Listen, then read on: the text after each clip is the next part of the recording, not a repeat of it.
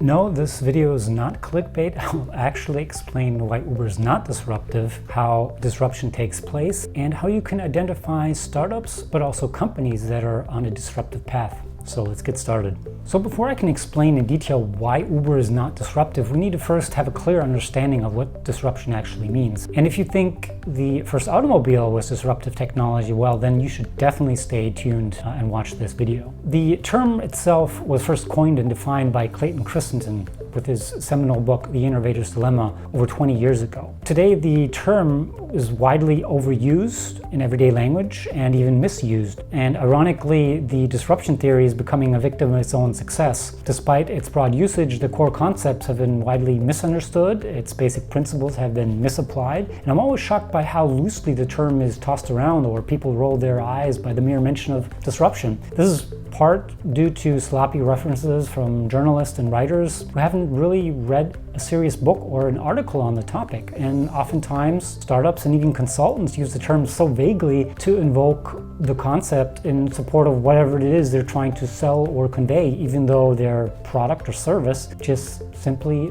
simplifies existing technology, not displaces it. But by misunderstanding this one critical term, we lose much of the understanding and power of the innovator's dilemma. And this is similar to German companies using the term digital transformation. Everyone uses it, almost nobody can give you an accurate definition, and if they could, they would come to realize that digital transformation does not solve the problem of today's company in a VUCA world. And furthermore, if we use disruptive innovation to describe any situation in which an industry is shaken up or an incumbent falls, then this usage would be much too broad. So applying the concepts correctly actually matters. It's not an academic discussion in order to realize its benefits. A small competitor that eats away or steals your market share can likely be ignored, but if that startup or company is on a disruptive path, that could be a very fatal threat to your company, and it could be your last. However, both challenges need to be addressed fundamentally different, and that's key. So the concept of disruptive innovation is used to describe technology that uproots and eventually replaces an existing technology. Think of video streaming services replacing video rentals.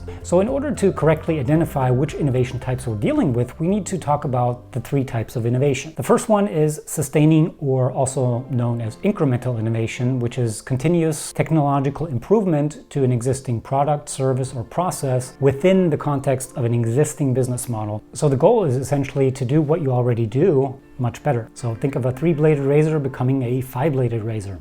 Generally, this makes up the lion's share of innovation within a company. And then we have breakthrough or radical innovation, which is a change to an existing product, service, or process that has a significant impact on your business, but still fits within the company's business model. Think of the Motorola Razr. Even though it was a clamshell, it pushed the boundaries of what's possible in terms of design. And it was a runaway success for Motorola, and this sometimes allows company to leapfrog ahead of its competition, but innovation stays within the same core offering of the company. Finally, we have disruptive innovation, which is a new product, service, or process that either creates a new market or enters the bottom or low end of the market and is initially considered inferior to an existing offering as it moves up and displaces an established incumbent.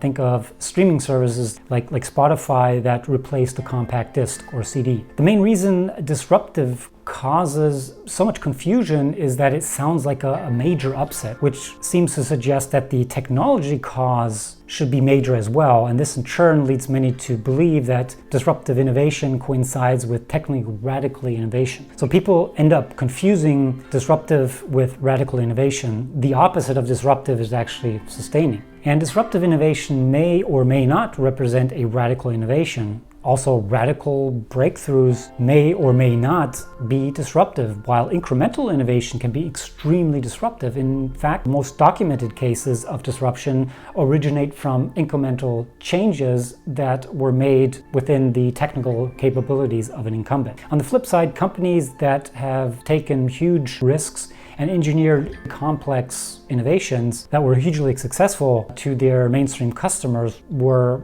considered sustaining. Think of the Boeing 787. So what are the key takeaways? What do we learn from this? Well, for one, innovation generally comes in three flavors: sustaining, breakthrough, and disruptive innovation. Disruptive has little to do with technology per se, and disruptive is a process. It doesn't refer to a product or service at one fixed point, but instead it's an evolution that a product or service over time, which in some cases can take decades, improves. Disruption is also relative to the industry, and innovation can be sustaining in the one industry, but disruptive in another. And disruption originates from two types of markets: the low end or the new market. Low end disruption starts with a good enough product at the low end of the market.